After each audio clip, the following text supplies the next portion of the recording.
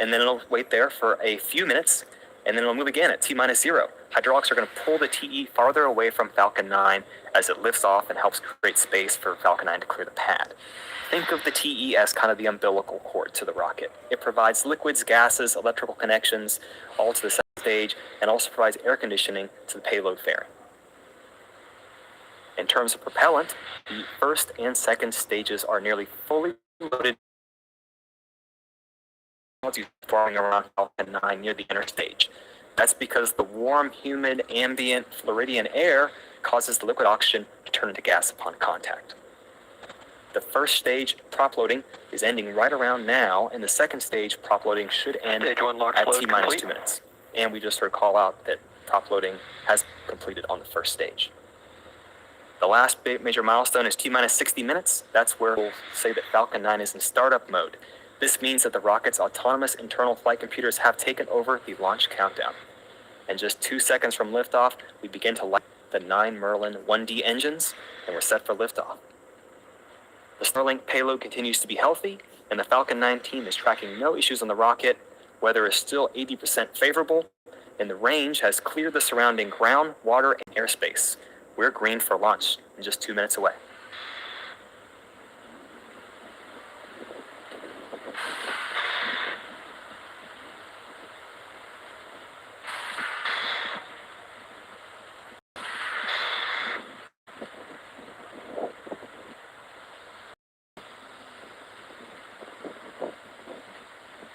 At this point in time, just under 2 minutes, LOX loading on the second stage is wrapping up. Stage 2 LOX load complete. We've just heard confirmation that LOX loading is complete on the second stage. You're going to start to see a larger accumulation of white clouds forming around the vehicle. That's totally normal at this point. That's because we've topped off the vehicle with liquid oxygen, and any excess there is going to vent and boil as it becomes exposed to the ambient air.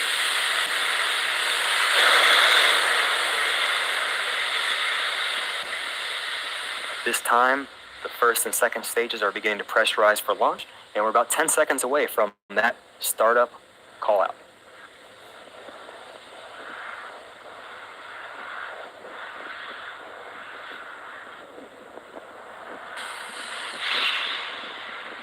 Falcon 9 is in startup. We've heard that startup call out, and we're now waiting for that final go for launch call out from our launch director.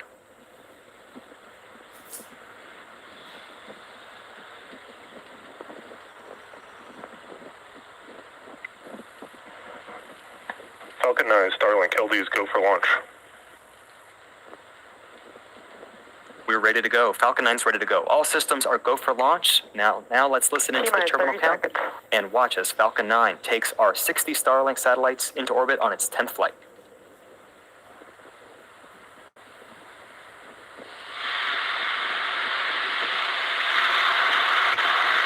T-minus 15 seconds. 10. 7 seconds away. Shut off, and they slow the vehicle down in preparation for stage.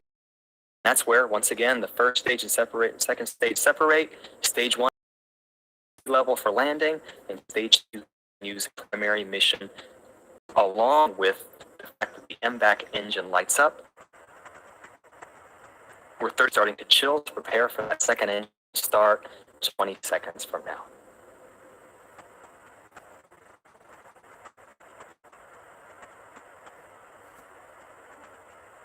Shortly after these three events, our fairing will deploy and expose the Starlink satellites to the vacuum of space. And we'll continue to do so for the next 6 minutes. Fairing separation confirmed. We have confirmation, and you can see it there, the two fairings and are heading back down. As a reminder, this is the second flight for these fairing halves, to recover them once again via a wet recovery from the contracted recovery vessel Sheila Bordelon. Everything is nominal so far.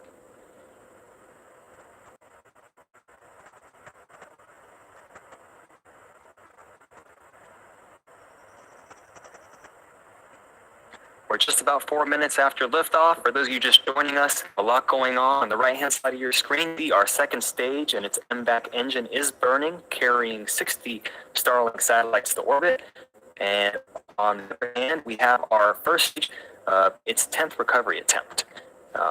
As stage 2 continues to burn, as you see here, stage 1 is actually going to execute 2 separate burns in order to make its way back to Earth. The first of which is the entry burn. Just a little more than 2 minutes from now, 3 of those M1D engines will reignite. This helps slows the first stage down as it re-enters the upper part of the Earth's atmosphere and reduces the loads on the vehicle. After that burn starts, ends, and is confirmed successful, get ready for our final burn, the landing burn. It's a single center engine burn that brings the vehicle speed down rapidly in order to land on the drone ship safely.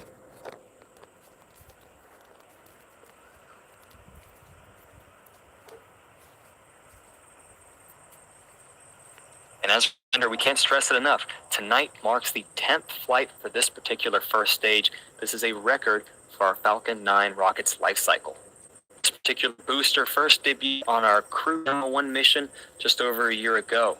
Now, reusability is critical to what we do at SpaceX. This fact that we can reuse our first stages, it allows us to refly the most expensive parts of the rocket, which in turn drives down the ultimate cost to space access. And although this is the 10th time for this rocket, we first reused the orbital class rocket on the SES-10 mission back in March of 2017. It just shows how far we've come since then. We're about a minute away from that entry burn beginning. That burn should last for about 20 seconds.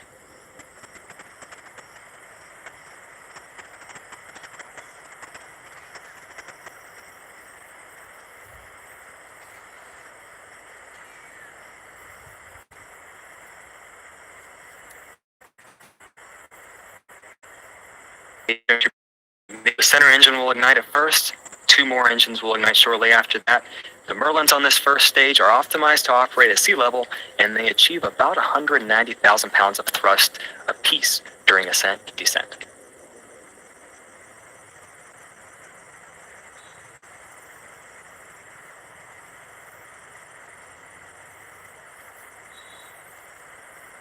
Just a few seconds away. TSS saved. A few seconds away from the entry burn. Stage 1, entry burn startup.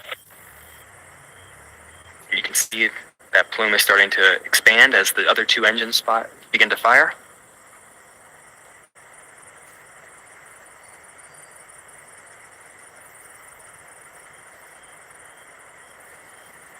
Stage 1, entry burn shutdown. And there you go, the entry burn has successfully ended. And now we're just a little more than a minute and a half away from the Both final burn. vehicles continue to follow nominal trajectories. Now, for those of you who follow along with SpaceX, you know that the soot you see on a rocket indicates it's been flown before. Here's an explanation of how that soot forms and why that first stage is so dirty in this case. The rocket-grade kerosene, RP1, that powers Falcon 9 is carbon-based, and when you burn it, it creates soot. Now, as we approach landing site, like you saw just now, that long entry burn slows the vehicle down, and since we come in engines first, the booster flies through its own plume and exhaust, which deposits straight on the rocket. And now if you watch the feed, like you saw there, you saw that successful 10th landing of this booster and the 83rd first stage.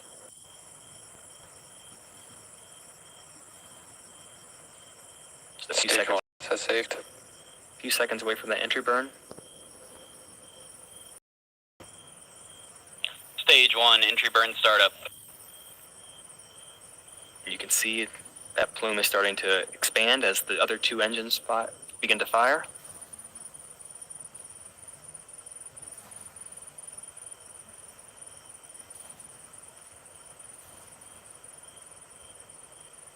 Stage 1, entry burn shutdown. And there you go, the entry burn has successfully ended. And now we're just a little more than a minute and a half away from the Both final burn. vehicles continue to follow nominal trajectories. Now, for those of you who follow along with SpaceX, you know that the soot you see on a rocket indicates it's been flown before. Here's an explanation of how that soot forms and why that first stage is so dirty in this case. The rocket-grade kerosene, RP1, that powers Falcon 9 is carbon-based, and when you burn it, it creates soot. Now, as we approach the landing site, like you saw just now, that long entry burn slows the vehicle down, and since we come in engines first, the booster flies through its own plume and exhaust, which Stage 1 is deposits soot on the transonic. rocket. And if you watch the feed, like you saw just there, you saw that soot starting to fly up and stick to the lens. And we're only about 20 seconds away from that landing burn starting, and also during that time, our 4 landing legs will deploy while that single engine is firing to help us safely land on Just Read the Instructions. Stage 1, landing burn startup. See it there, our landing burn's begun. Hopefully we get Stage continuous 2 coverage. terminal guidance. And also our second engine will cut off shortly after this landing attempt. Stage 1, landing leg deploy. We have continuous views right there. This looked great.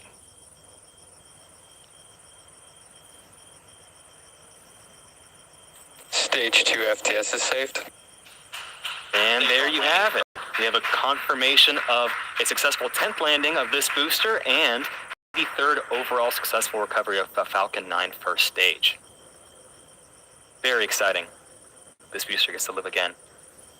In terms of the second stage, we're waiting for that second engine to cut off.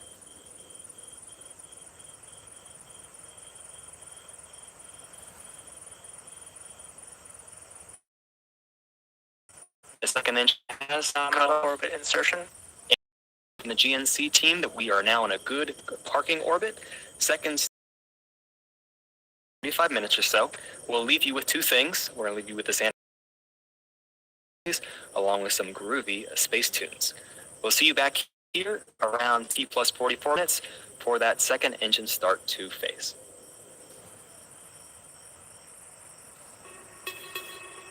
Acquisition of signal Newfoundland.